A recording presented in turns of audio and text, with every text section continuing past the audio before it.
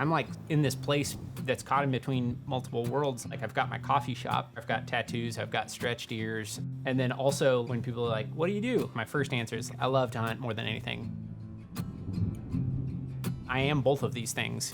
I'll wear my camo to my coffee shop and I'll bring my coffee out into the duck blind. So worried about what other people think. Stop standing on your own 2 feet. Spend time in the rearview mirror. The road ahead won't get any clearer. So close your eyes, throw up your head, dance to the rhythm and sing out loud. Get lost in the crowd. Get lost in the crowd.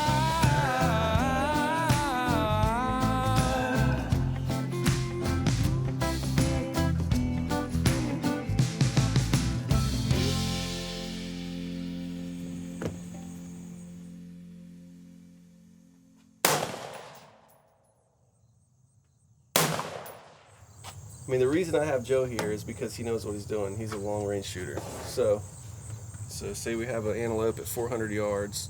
Yes, off the top of my head, at 400, you're probably going to be somewhere around 12 minutes of angle. Okay. I can see it in between those targets.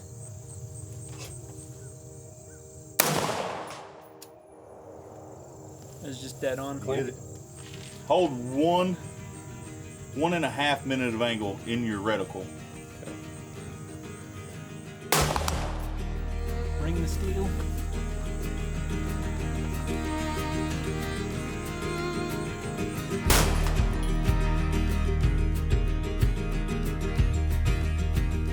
Nathaniel and I grew up together in Lebanon, Missouri. We had reconnected through hunting. The thing I love about Isaac Neal is that he doesn't look like a cookie cutter hunter, because he's not. He's got tattoos, he's got piercings, and he owns a coffee shop downtown. Hunters have always been sort of within this box that Isaac doesn't fit in, and that's a great thing.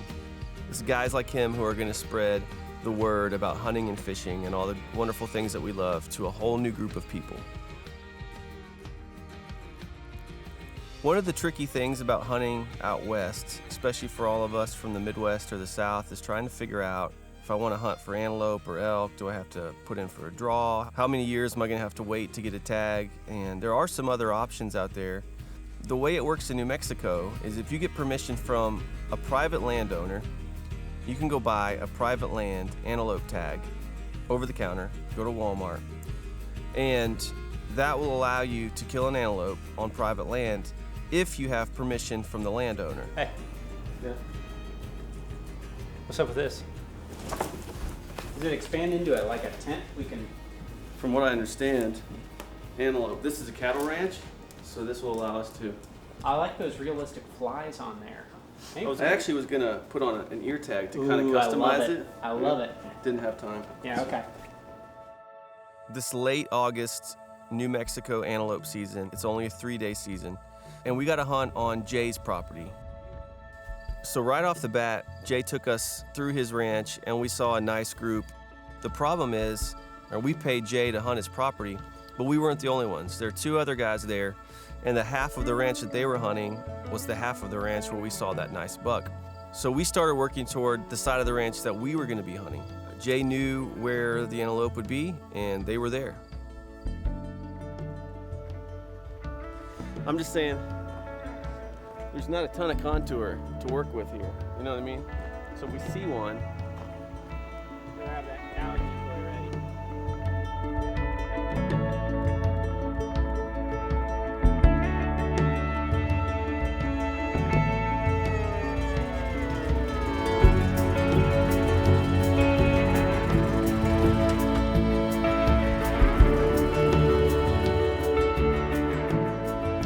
so the first morning, we got in there early. We set up where we had seen the buck the night before. It wasn't long before we spotted the buck, but the problem is it was about 300 yards in on a neighboring property. Looking that way. You see a window? Yeah, it looks like that's the contour in there. Yeah. We're sitting at an angle.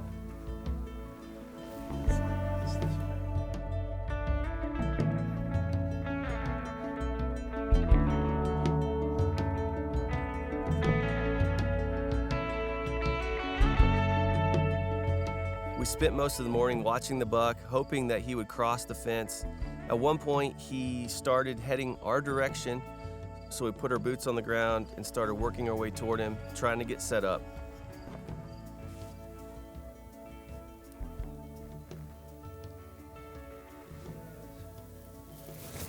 Yeah, there's like a little gully there all down there.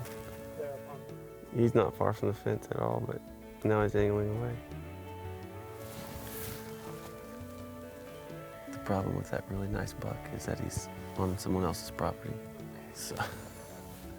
Unfortunately, he never crossed the fence. He was never on the property that we were hunting. So we decided to move to the other side of the property.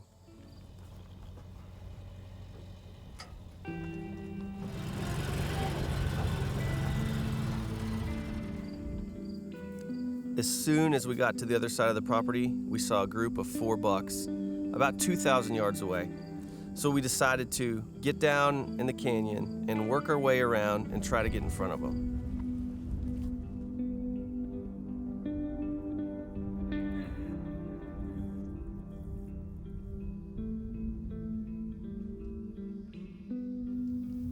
Obviously, we had the tracker on, so that's where we drove to. We looked down about 700 yards. Contour here, I feel like we could just pop over a ridge at any point and see him. We got where we thought we could get a view of that group of 4 bucks, and I slowly looked up over the hill and saw them about 500 yards away. And one of them saw me as well. Do you want to get out the cow? One of them was looking at me. It wasn't 3 minutes, and we looked up, and those 4 bucks were right in front of us. 382, 389, 411, 452, 475, 500. They give you a real short window. They're curious, and then when they decide that you're a threat, they give you a real short window, and then they are out of there. One thing that we learned about antelope that we knew a little bit about but hadn't experienced is that they're really curious. This situation showed us just how curious they can be. They saw the movement, but they didn't know what I was, and so they closed the distance from 500 yards really quickly.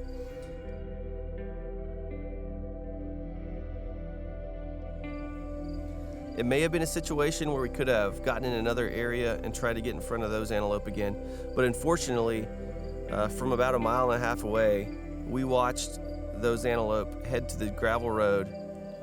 We saw a truck stop, shoot the biggest buck of the group, load it up, and get out of there. So at that point, we knew that this property was pretty much done for the day. That sucks.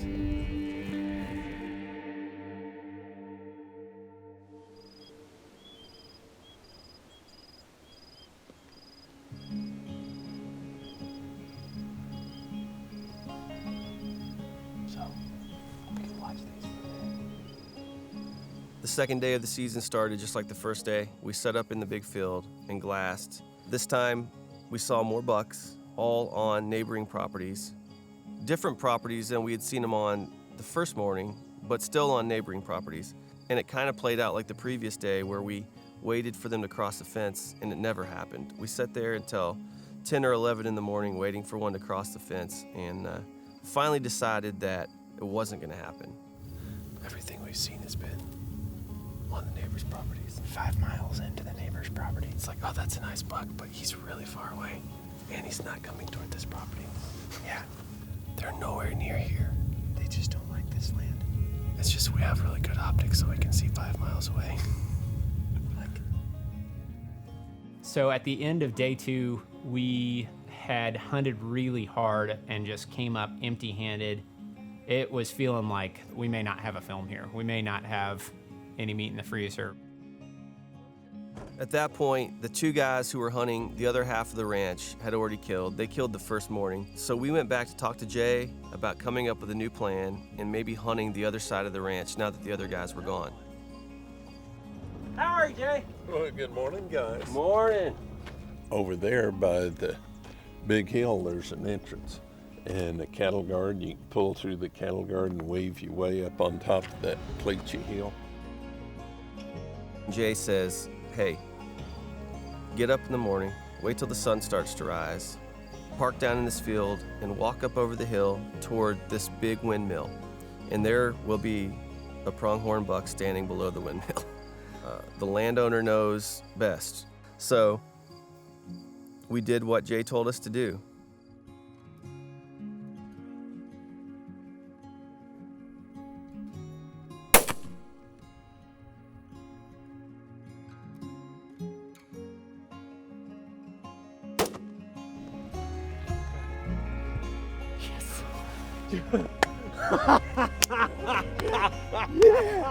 That played out exactly like he said.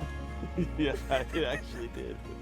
It's an odd thing to do when you look at society, when you look at the world we live in today, to go out into remote places and try and kill an animal or fool an animal. It's a weird thing to most people, and so the shared experience with fellow hunters, the fellowship there, it's like something that's really hard to explain, and it's really hard to explain why I feel like I need to do this, and it's not at all necessary. I can go to the grocery store, I can buy my food, but getting a sunburn, going without sleep, doing without food, all for the sake of this unexplainable thing, there's nothing like it. Yes, punching a tag is amazing, and being able to do what we came to do feels really good. But ultimately, I think this is one of those trips where Isaac's gonna go back to the coffee shop. He's gonna tell people about this experience he had, and maybe someone that Isaac encounters in his day-to-day life in downtown Springfield may be pointed in the direction of buying a tag and trying to hunt this fall because of this experience and because of the memories that we made and the stories that we're gonna share.